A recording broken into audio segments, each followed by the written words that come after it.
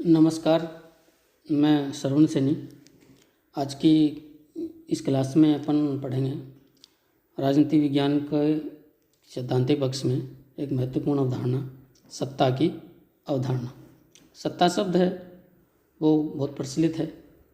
राजनीति विज्ञान को नहीं पढ़ने वाले लोगों को भी सत्ता क्या होती है ये पता है, लेकिन सत्ता का जो एक सैद्धांतिक अर्थ है वो क्या होता है, आज इस पर अपन चर्चा है वो करेंगे।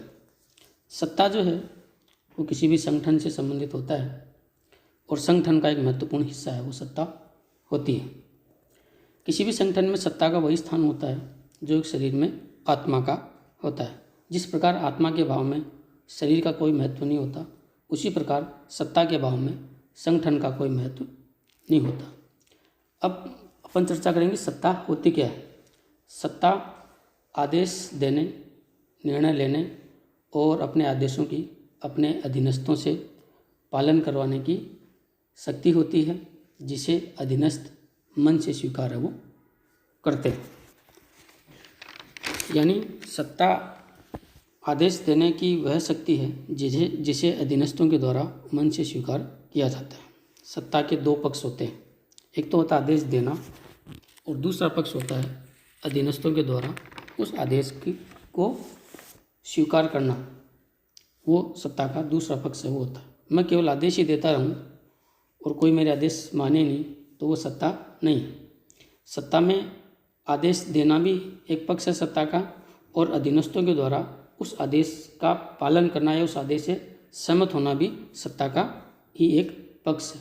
केवल आदेश देना मात्र सत्ता नहीं है, बल्कि दिए गए आदेश, सत्ताधारी के द्वारा दिए गए आदेश की अधीनस्थों के द्वारा पालना, उसे सहमत होना, उसे वैध समझना भी सत्ता का ही एक रूप है वो होता है। इस प्रकार कुछ लोग ये भी कहते हैं कि सत्ताधारी और अधीनस्थ के बीच का एक मनोवैज्ञानिक संबंध भी है वो होता है। सत्ता के दो घटक होते हैं, एक तो होता है शक्ति, एक होता है वैधता। जब शक्ति को वैधता प्राप्त हो जाती है तो वह जो है वो सत्ता है वो बन जाती है। यानी सत्ता जो है वो शक्ति के प्रयोग का जो है वैधानिक अधिकार है, या जो सत्ता है शक्ति के प्रयोग का एक संस्थागत अधिकार है। सत्ता की जो एक प्रसिद्ध परिभाषा है जो यूनेस्को के द्वारा दी गई है वो ये है कि सत्ता वह शक्ति है जो स्वीकृत, सम्मानित, ज्ञात और औचित्यपूर्ण हो। उसी प्रकार लोक प्रशासन के एक प्रसिद्ध विद्वान हेनरी फेयोल ने जो सत्ता की परिभाषा दी है, हेनरी फेयोल ने कहा है कि सत्ता आदेश देने का अधिकार और उसको पालन करवाने की शक्ति है। तो ये है सत्ता का अर्थ। अब अपन चर्चा करेंगे आगे सत्ता के स्रोत। सत्ता के स्रोत के विषय में दो जो सिद्धांत है वो प्रचलित हैं। एक तो है सत्ता का औपचारिक सिद्धांत, दूसरा है सत्ता का स्वीकृत सिद्धांत। सत्ता के औपचारिक सिद्धांत के अनुसार सत्ता का जो स्रोत है वो किसी भी देश का संविधान या कानून है वो होता है। यानी सत्ताधारी अपनी सत्ता को देश के संविधान या देश के जो लिखित कानून हैं उनसे प्राप्त है वो करते हैं। जैसे किसी देश का राष्ट्रपति, प्रधानमंत्री या किसी देश के नौकरशाह है, उनकी सत्ता का जो स्रोत है उस देश का संविधान और कानून है वो होता है। सत्ता के स्रोत का जो दूसरा सिद्धांत है उसको कहते हैं सत्ता का स्वीकृत सिद्धांत। इस सिद्धांत के आधार पर जो है सत्ता का जो स्रोत है वो किसी कानून या संविधान को नहीं, बल्कि सत्ता का स्रोत अधीनस्थों को है वो माना जाता है। क्योंकि सत्ता अर्थपूर्ण तभी बनती है जब सत्ताधारी के आदेशों को अधीनस्थ अपनी स्वीकृति या सहमति प्रदान है वो करते हैं। इसलिए कुछ इस सिद्धांत के समर्थक भी मानते हैं कि सत्ता का वास्तविक स्रोत संविधान और कानून नहीं, बल्कि वो अधीनस्थ होते हैं जिन पर सत्ता का प्रयोग है वो होता है, या वो अधीनस्थ हैं जो सत्ता को मन से स्वीकार है वो करते हैं। तो ये है सत्ता के स्रोत। अब अपन चर्चा करेंगे सत्ता के प्रकार। वैसे तो बहुत सारे लोगों ने सत्ता के अनेक रूप या प्रकार बताए हैं, लेकिन सत्ता के प्रकारों में, रूपों में एक जर्मन विचारक थे मैक्स वेबर ने जो सत्ता के जो 3 रूप बताए हैं वो महत्वपूर्ण हैं। मैक्स वेबर ने सत्ता के 3 रूप बताए हैं, वो इस प्रकार से हैं। पहला है सत्ता का जो परंपरागत सत्ता, दूसरा जो रूप बताया उन्होंने वैधानिक सत्ता, और तीसरा उन्होंने बताया है करिश्माई सत्ता। परंपरागत सत्ता क्या होती है? मैक्स वेबर ने सत्ता का जो पहला रूप बताया है वो है परंपरागत सत्ता। और मैक्स वेबर के अनुसार जब कोई लोग या अधीनस्थ अपने सत्ताधारी के आदेश किसी परंपरा के आधार पर स्वीकार करते हैं तो वो सत्ता परंपरागत कहलाती है। परंपरागत सत्ता का जो आधार है वो प्राचीन परंपराएं होती हैं, प्रथाएं होती हैं, रूढ़ियाँ होती हैं, रीति रिवाज है वो होते हैं। जो प्राचीन काल में राजाओं की सत्ता थी, धर्मगुरुओं की सत्ता थी, पोप की सत्ता थी, इमामों की सत्ता आदि सब जो है इनकी सत्ता जो थी वो परंपरागत सत्ता के ही उदाहरण है। मैक्स वेबर ने सत्ता का जो दूसरा रूप बताया है वह है वैधानिक सत्ता। जब कुछ लोग या अधीनस्थ जो है सत्ताधारी के आदेश इस आधार पर स्वीकार करते हैं कि ऐसा करना कानूनी और संवैधानिक दृष्टि से औचित्यपूर्ण है तो ऐसी सत्ता है वो वैधानिक या कानूनी सत्ता है वो कहलाती है। वर्तमान संवैधानिक व्यवस्थाओं में किसी शासक, प्रधानमंत्री, मंत्री या अन्य अधिकारी का आदेश लोग जो स्वीकार करते हैं तो वो वैधानिक सत्ता के ही है वो उदाहरण है। यह सत्ता संवैधानिक नियमों के अंतर्गत धारण किए गए पदों से प्राप्त होती है। संवैधानिक पदों पर बैठे लोग जो है वो वैधानिक सत्ता के ही उदाहरण है। मैक्स वेबर ने सत्ता का तीसरा रूप बताया है वह है करिश्माई या चमत्कारिक सत्ता।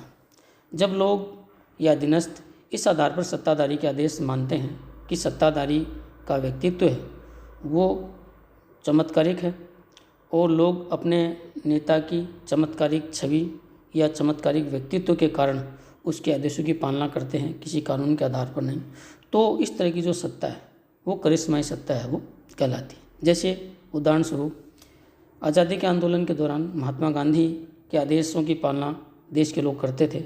महात्मा गांधी के एक आदेश पर पूरे देश की जनता उनके साथ हो जाती थी। तो गांधी जी के आदेश मानने के लिए कोई कानून बना हुआ नहीं था, बल्कि भारतीय लोग मन से गांधी जी की सत्ता को स्वीकार करते थे। गांधी जी का चमत्कारिक व्यक्तित्व था वो उनकी सत्ता का आधार था। गांधी जी किसी पद पर भी नहीं थे, कोई कानून भी नहीं था, फिर भी भारत के लाखों लोग गांधी जी के आदेशों की पालना करते थे। तो इस तरह की जो सत्ता है वो चमत्कारिक सत्ता है वो कहलाती है। अब आगे है सत्ता की सीमाएं, यानी कोई सत्ताधारी अपनी सत्ता का प्रयोग कहाँ तक कर सकता है और कौन सी ऐसी दशाएं हैं या परिस्थितियां हैं जो किसी सत्ताधारी की सत्ता को सीमित करती हैं।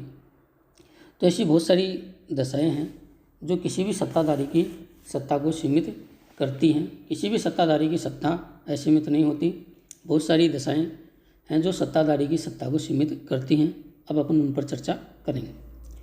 पहली जो एक सीमा मानी जाती है सत्ता की वो होती है तकनीक की सीमा। आज का युग तकनीक का युग है और सत्ताधारी जो है किसी भी व्यक्ति को ऐसा कार्य करने के लिए आदेशित नहीं कर सकता जो तकनीकी दृष्टि से जटिल हो।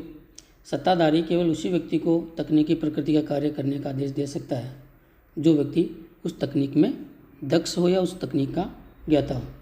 तो तकनीकी प्रकृति के जो कार्य हैं वो तकनीकी दृष्टि से कुशल व्यक्तियों को ही वह सौंप सकता है या आदेशित है वो कर सकता है। तो तकनीक भी है वो सत्ता को सीमित है वो करती है। अगली सीमा मानी जाती है जैविक सीमा। कोई भी सत्ताधारी है अपने अधीनस्थों की जो जैविक क्षमताएं हैं उनको ध्यान में रखकर ही आदेशित कर सकता है। उन्हें कोई ऐसा आदेश नहीं दे सकता जो उनकी जैविक सीमाओं से बाहर का हो, या कोई ऐसा आदेश नहीं दे सकता जिससे उनके जीवन को खतरा हो। जैसे मान लो बिना सावधानी के बिजली का कार्य करने का आदेश देना, ये उसकी जो है वो जैविक सीमाओं के बाहर की बात है। तो इस प्रकार जैविक सीमाएं हैं वो भी सत्ता को सीमित करती है। एक जो सत्ता की सीमा मानी जाती है वो है कानूनी सीमा। कोई भी सत्ताधारी होता है वो अपने देश के संविधान और कानून के दायरे में रहकर ही अपनी सत्ता का प्रयोग करता है, यानी कानून और संविधान भी सत्ता को सीमित है वो करते हैं। वह कानून और संविधान के बाहर जाकर अपनी सत्ता का प्रयोग नहीं कर सकता। सत्ता की एक सीमा मानी जाती है मनोवैज्ञानिक सीमा। मनोवैज्ञानिक सीमा में सत्ताधारी जो होता है वो अपने अधीनस्थों की संभावित प्रक्रिया को ध्यान में रखकर आदेशित करता है। यदि उसको लगता है कि उसके किसी आदेश से जो अधीनस्थ हैं वह संतुष्ट हो सकते हैं तो उनकी संभावित प्रक्रिया भी जो है वो उसकी सत्ता को सीमित है वो करती है। सत्ता की एक सीमा है वो होती है आर्थिक सीमा। कोई भी सत्ताधारी है वो अपने उपलब्ध आर्थिक संसाधनों के आधार पर ही जो कोई भी निर्णय लेता है या आदेश देता है। तो इस प्रकार जो आर्थिक संसाधन जो हैं वो भी सत्ताधारी की सत्ता को सीमित है वो करते हैं। और एक आखिरी सीमा है वो है प्राकृतिक सीमा। कई बार प्राकृतिक दशाएं हैं वो भी सत्ताधारी की सत्ता को सीमित करती हैं। किसी राज्य का या प्रदेश का किस तरह का वातावरण है, किस तरह की जलवायु है, किस तरह की भौगोलिक परिस्थितियां हैं, उनको दृष्टिगत रखते हुए कोई सत्ताधारी आदेश देता है। कहीं बहुत ज़्यादा ठंड है या बहुत ज़्यादा गर्मी है या बहुत ज़्यादा बरसात हो रही है या कोई प्राकृतिक आपदा हुई है, तो ऐसी स्थिति में सत्ताधारी मनमानी निर्णय नहीं ले सकता। यानी सत्ताधारी निर्णय लेते समय इन प्राकृतिक दशाओं को भी ध्यान में रखता है। तो इस प्रकार अपन कह सकते हैं कि प्राकृतिक दशाएं हैं वो भी किसी सत्ताधारी की सत्ता को सीमित है वो करती हैं। तो ये है सत्ता की सीमाएं। धन्यवाद।